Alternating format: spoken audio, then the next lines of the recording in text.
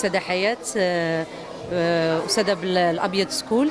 أنا جد سعيدة لهذا اليوم التاريخي في البلاد ديالنا، وحنا بالاعتبار كمؤسسة الأبيض سكول كنحتفلوا آباء وأطرا وأساتذة وتلامذة بهذا الحدث العظيم.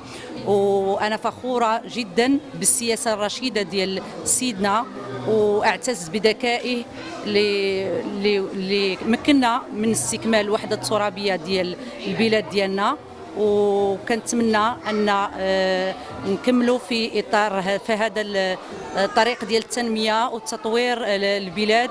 وشكرا لكم. تاريخي في مسيرة وطننا العزيز. الأمم المتحدة أكدت ما نؤمن به منذ الأزل، فالصحراء مغربية وستظل مغربية إلى الأبد. هذا القرار ليس مجرد خبر، بل هو انتصار للحق وللوحدة والإيمان. الشعب المغربي بدلت أموره. أجدادنا صاروا في مسيرة خضراء حاملين الأمل والعلم، واليوم يسير العالم معنا في طريق الوحدة والسيادة. الاسم ديالي حمزة رحو، أستاذ اللغة العربية بالمؤسسة البيت سكول. ككل سنة دأبت المؤسسة على الاحتفال بذكرى المسيرة الخضراء. هذه السنة ذكرى 50 المسيرة الخضراء،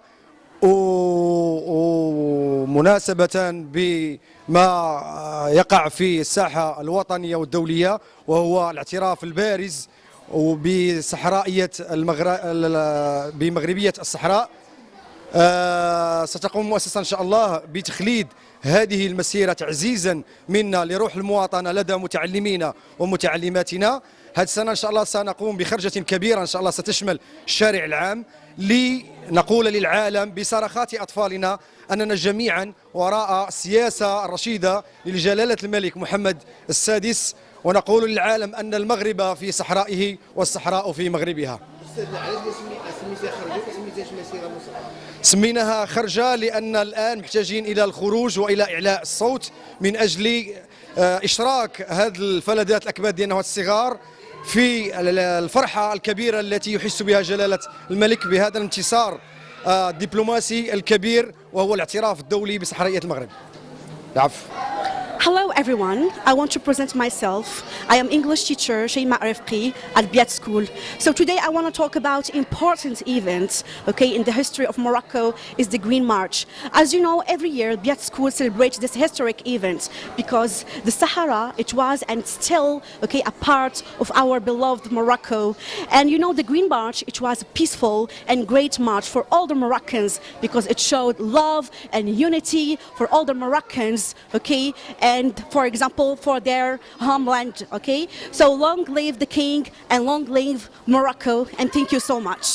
علي الصقرة الإنجليزية المدرسة الأبيض الخصوصية أيت مادي ستما تروان غي عزان أزول في اللون بركات دار الأبيض سكول غاسات ديجان وسيم قرن دار كل ما كان مغربي أشكو الأمم المتحدة صوتن القرار نصحرة مغربيت اللي فوق كان تموكريست نصحرة المغربية أساد ديجان وسيم قرن دار كل ما كان مغربي لاقاش